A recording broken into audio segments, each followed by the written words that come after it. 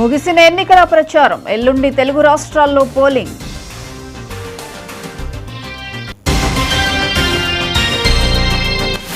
సార్వత్రిక ఎన్నికల పోలింగ్ కు సర్వం సిద్ధం. అన్ని ఏర్పాట్లు పూర్తి చేసిన అధికారులు.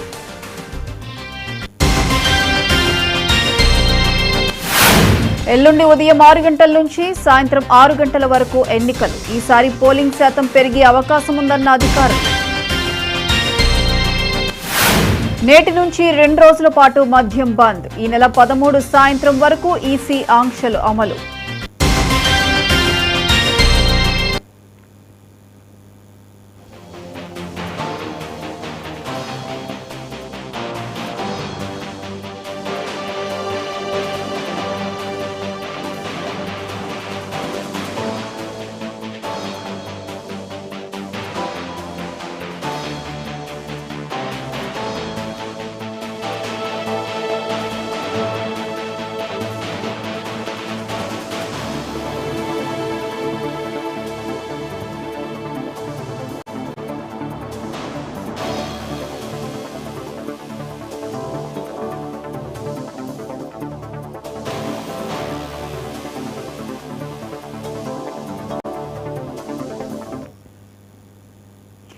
సార్వత్రిక ఎన్నికల్లో ఓ ఘట్టం ముగిసింది. తెలుగు రాష్ట్రాల్లో ప్రచారానికి తెరపడింది.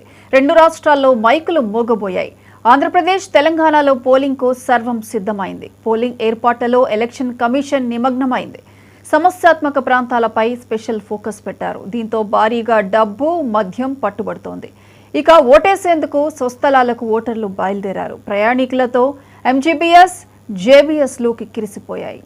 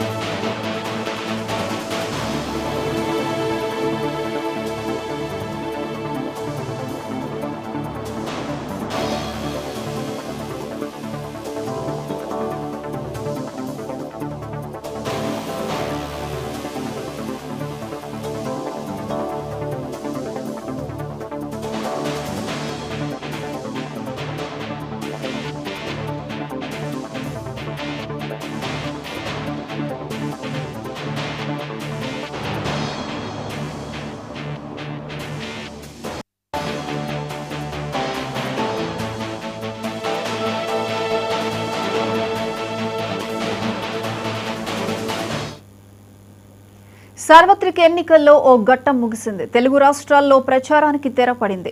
2 రాష్ట్రాల్లో మైకులు మోగబోయాయి. ఆంధ్రప్రదేశ్, తెలంగాణలో పోలింగ్ కు సర్వం సిద్ధమైంది.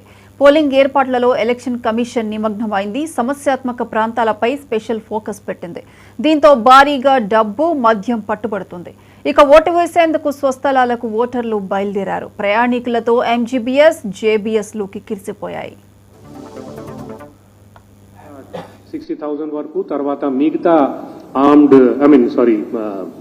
యూనిఫార్మ్డ్ సర్వీసెస్ వాళ్ళని కూడా వాడడం జరుగుతుంది. సో అంతా కలిపి about 72 to 75,000 people will be there. In addition to the 20,000 people who are coming from police personnel who are coming from outside, and another 160 companies of central forces. Total ga manaku meeku telusu ఒకటే constituency మనకు single view constituency Adilabad ఉంది. మిగతా అన్ని constituencies లో 2 లేకపోతే 3 ballot units ఉంటాయి.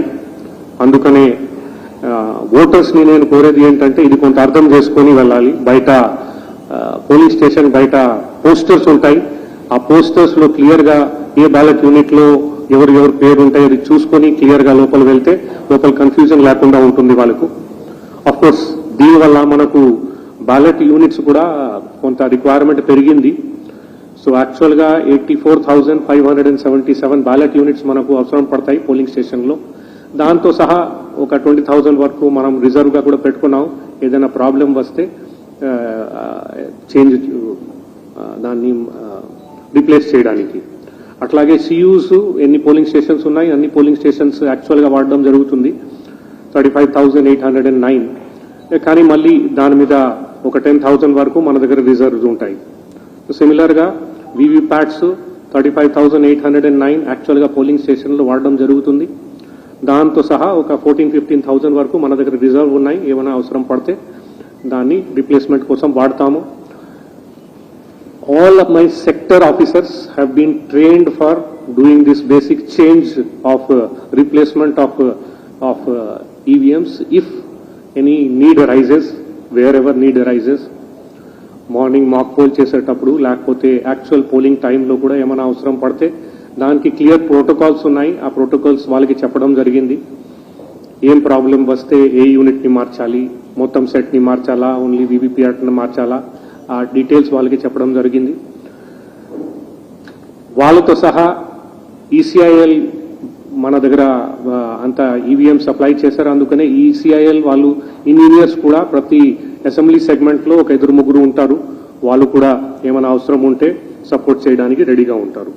అట్లాగే Secunderabad by election cant కాన్స్టిట్యుయెన్సీలో సిమిలర్ గా 232 పోలింగ్ స్టేషన్స్ ఉన్నాయి. సో దానికోసము సఫిషియెంట్ గా బ్యాలెట్ యూనిట్స్ ఈవీఎంస్ అన్ని రెడీగా ఉన్నాయి. Specially police parties, excise parties, flying squads అందరికీ అన్ఆథరైజ్డ్ లీకర్ మూవ్మెంట్